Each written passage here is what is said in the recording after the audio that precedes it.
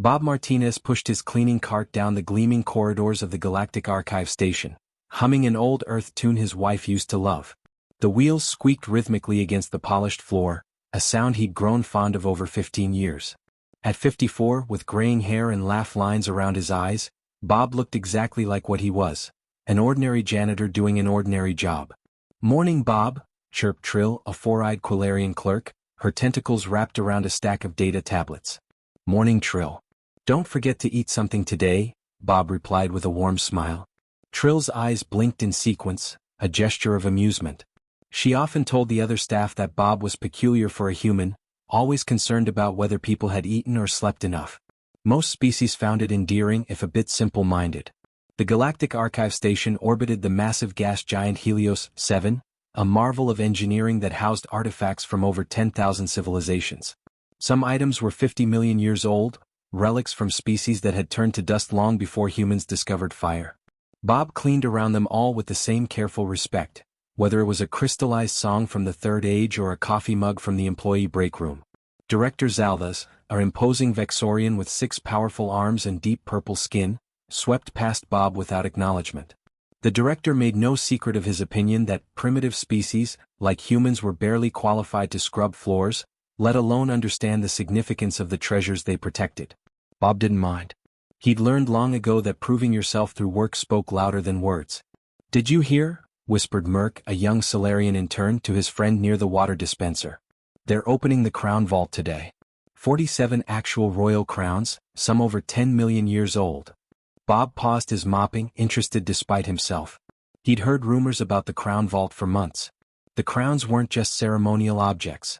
According to legend, each one possessed some kind of awareness, an ability to recognize and choose worthy rulers. Civilizations had built entire religions around them. Wars had been fought over them. And now they were all in one place, behind 6-inch thick transparent aluminum, guarded by security systems that could vaporize a battleship.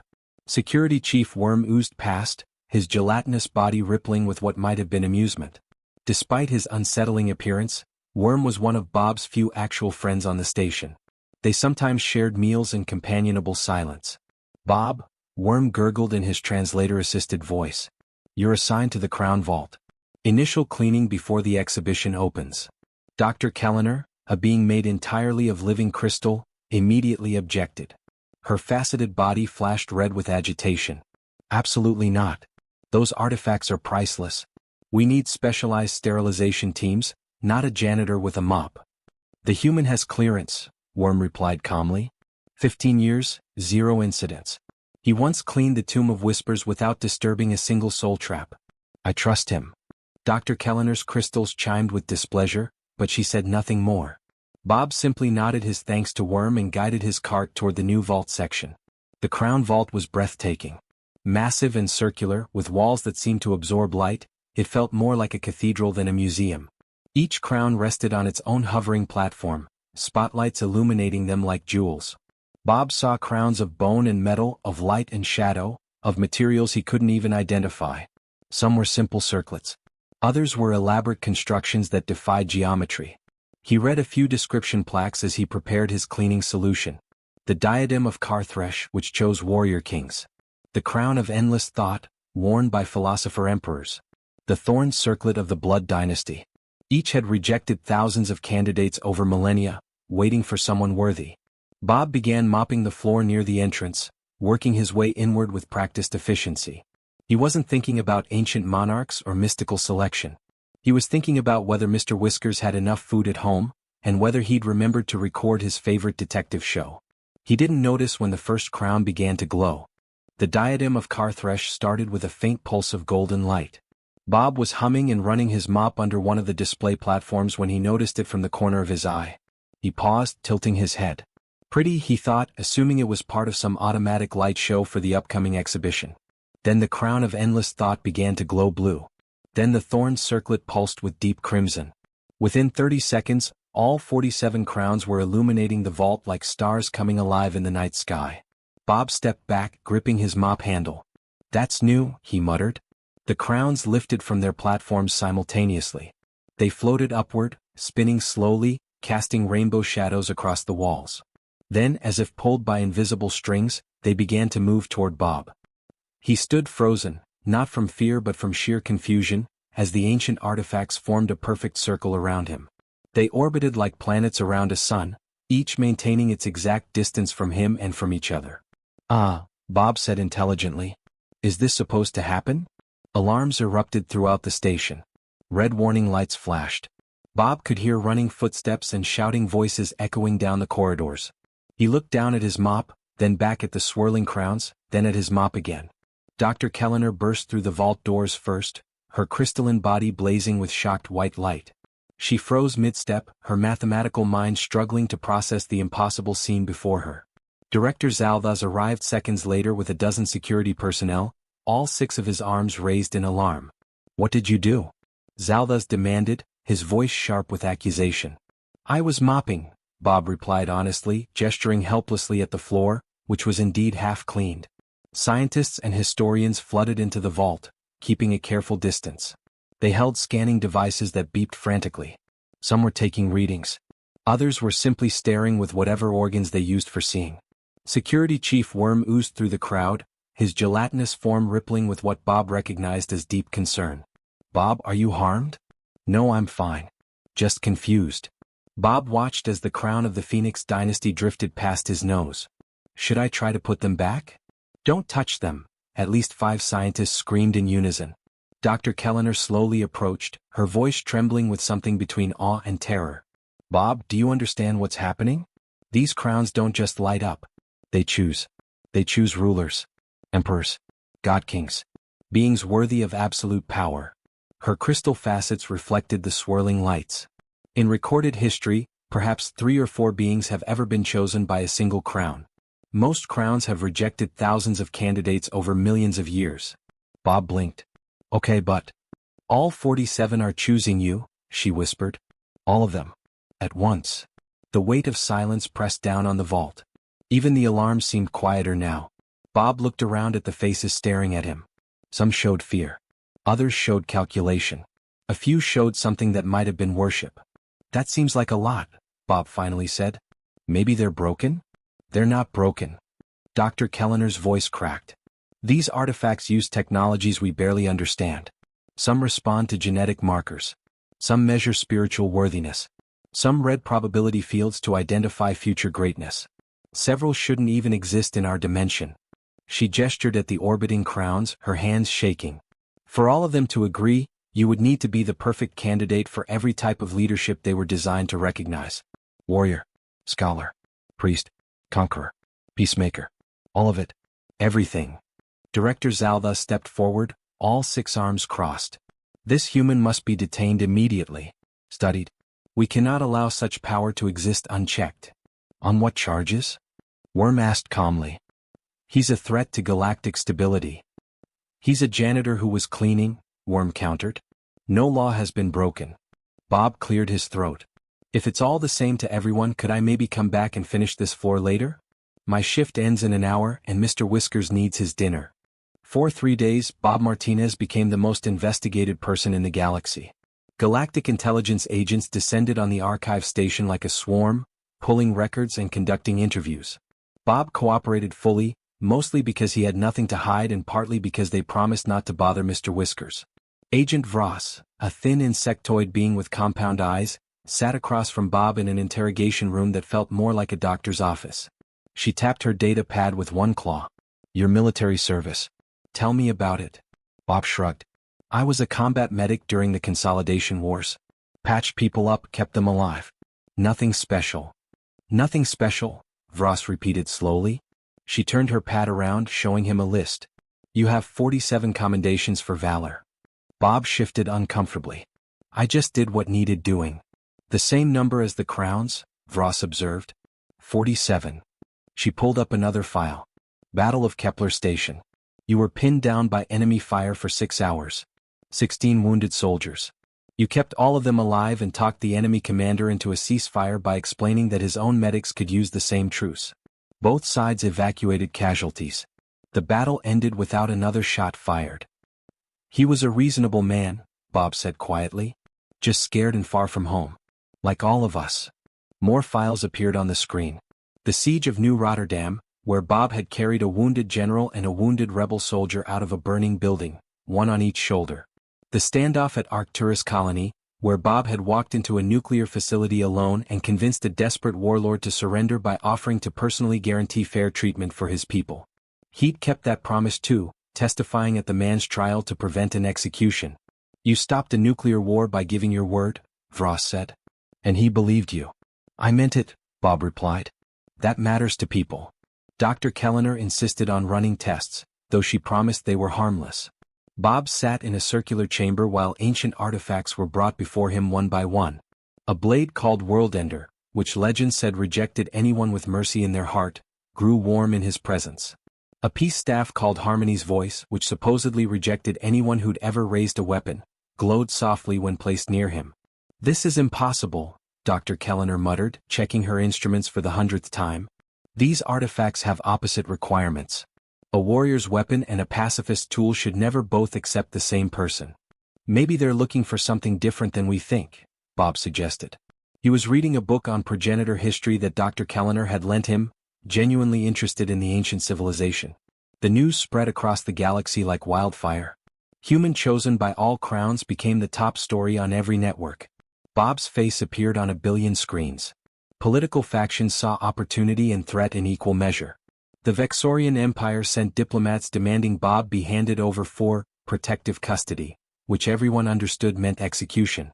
The Democratic Consortium offered Bob a symbolic leadership position with an enormous salary. The spiritual conclave declared him a living prophet and demanded he lead their church. 3 different mercenary groups attempted to kidnap him, though Security Chief Worm's preparations stopped them before they reached Bob's quarters.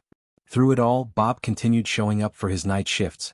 He came in through the service entrance, avoided the reporters camped at the main docks, and cleaned the sections of the station that still needed cleaning. Other janitors had quit out of fear or excitement, so Bob picked up their shifts too. "Why do you still do this?" asked Pierre, a young Quilarian who'd been assigned as Bob's assistant, mostly for his own protection.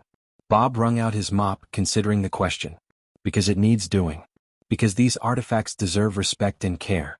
Because if I stop being who I am, then those crowns chose wrong, didn't they?" He smiled at Pierrewell. "Besides, I like the work. It's honest. It's real." Pierrewell's 4 eyes blinked in sequence, a gesture of deep respect. In that moment he understood what the crowns had seen. The alarms that woke Bob from his sleep were different from the ones that had announced the crown choosing. These were deeper, more urgent, the kind that meant real danger. He pulled on his clothes and rushed to the command center, where chaos greeted him. On the main viewing screen hung a vessel that defied comprehension. It was massive, easily the size of a small moon, constructed from materials that seemed to absorb and reflect light simultaneously. Geometric patterns covered its surface, shifting and rearranging in ways that hurt to watch for too long. "What is that?" Bob asked. Director Zalvas, for once, looked genuinely terrified. All 6 of his arms trembled. "The Executrix. A progenitor warship. We thought it was a myth." Dr. Kellner's crystals had turned a pale, frightened color. "The progenitors built it as a failsafe millions of years ago. If their crowns ever chose someone, and if the galaxy was deemed unworthy, the Executrix would wake and eliminate the chosen one." Her voice cracked. "It destroyed entire civilizations before going dormant. Nothing has ever survived an encounter with it." The ship transmitted a message in a voice that sounded like grinding metal and dying stars. "The chosen has been identified. Judgment will commence in 72 hours. All others must depart." The Galactic Council's response was immediate and unanimous. "Evacuate the station." Ships began arriving within hours to remove personnel and whatever artifacts could be transported. The hallways filled with panicked workers grabbing belongings and rushing to the docks. Bob stood in the crown vault, watching the chaos through the doorway. The 47 crowns still floated in their circle, waiting patiently. Around him, researchers were sealing artifacts in protective containers, working frantically to save what they could. "Millions of pieces of history," Bob said quietly. "We can't take even a fraction of them." Security Chief Worm oozed up beside him. "The Council has made its decision. The station will be abandoned." "Someone should stay," Bob said. "Someone needs to protect what we can't carry." "Bob, no." Worm's gelatinous body rippled with distress. "That ship will kill you." "Maybe," Bob agreed. "But if I run, it'll just follow, won't it? And more people will die." He turned to face his friend. This is my choice, Worm. I'm staying. Then I'm staying too, Worm replied immediately.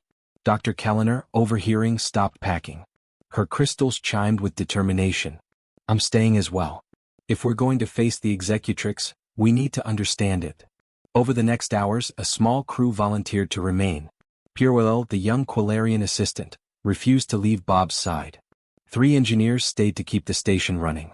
A handful of security officers joined Worm. Director Zalvaz, notably, was among the first to board an evacuation ship. Bob spent the remaining time in the archive's historical database, reading everything about the progenitors and the Executrix. Dr. Kellner worked beside him, translating ancient texts. Here, she said, her voice tight. The Executrix doesn't simply destroy. It judges through trials.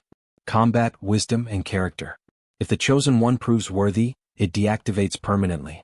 But Bob, no one has ever passed these trials. Ever. Bob leaned back in his chair, rubbing his tired eyes. What happens if I fail? It will sterilize this entire sector of space. Every living thing within 100 light-years will die. The weight of that settled over the room like a heavy blanket.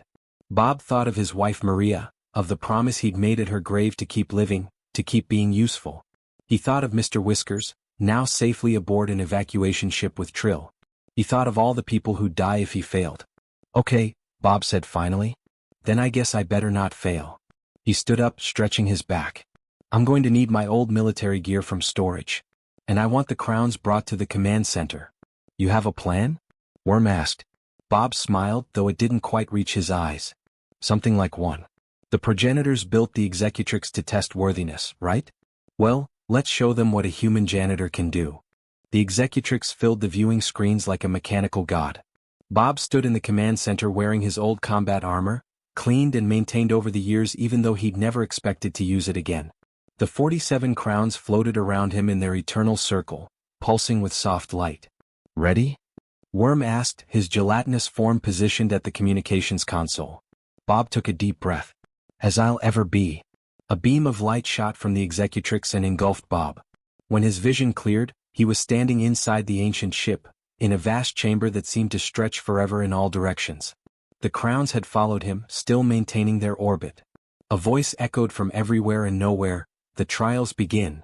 The first trial materialized around him. Combat drones, hundreds of them, advanced from all sides. They were armed with weapons Bob didn't recognize, moving in perfect coordination. He'd fought in wars, survived impossible battles, but this was designed to be unwinnable. Bob didn't try to fight them all. Instead, he watched their movements, analyzed their patterns.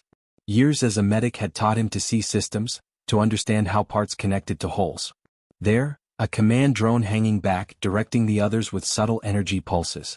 He ran toward it, dodging and weaving through weapons fire. His old armor took hits, warning lights flashing, but he kept moving. When he reached the command unit, he didn't destroy it. He pulled a maintenance panel open and rerouted its control pathways, something he'd learned fixing cleaning robots on the station. The drones stopped, confused, their formation collapsing. Trial 1, complete, the voice announced. Tactical wisdom demonstrated. The chamber shifted. Bob now stood before a massive display showing civilizations at critical moments. A voice asked him to make choices. Save this world by sacrificing that one, gain peace through warfare, preserve order through oppression. Each scenario offered only 2 terrible options. Bob studied each one carefully. Then he started proposing third options, fourth options, solutions that the scenarios hadn't programmed. For a civilization facing famine or war, he suggested resource sharing and mediation. For a conflict between religions, he proposed cultural exchange programs. The problems were designed to have no good answers, but Bob refused to accept that. These aren't real choices, Bob said to the empty air. Real life always has more options. You just have to be willing to work harder to find them. Trial 2, complete, the voice said, and Bob could swear he heard surprise in it. Wisdom beyond parameters demonstrated. The final trial was simpler and infinitely harder. A pedestal rose from the floor, and upon it sat a crown unlike any Bob had seen. It blazed with power that made his bones ache. The crown of dominion, the voice explained. Wear it and unite the galaxy under your rule. Bring order to chaos. End all wars. Your worthiness is proven. This is your reward. Bob walked toward the pedestal slowly. He could feel the power radiating from the crown, could imagine what he could accomplish with it. No more suffering. No more conflicts. He could fix everything. He stopped inches from the crown and shook his head. No, Bob said firmly. I've seen what power does to people. I've watched good people become monsters because they believed they knew what was best for everyone else. He stepped back. I'm just a janitor. I clean things, I help where I can, and I go home to my cat. That's enough. That's always been enough. The silence that followed felt like the universe holding its breath. Trial 3, complete, the voice finally said, and now it definitely sounded shocked. True worthiness confirmed. The chosen has rejected dominion. The first in all of time. The chamber dissolved. Bob found himself back in the command center, Worm rushing toward him. Through the viewing screen the executrix was going dark, its systems shutting down one by one. You did it, Dr. Kellner whispered, her crystals shining with amazement. Bob smiled tiredly. Can I go home now? Mr. Whiskers is probably worried.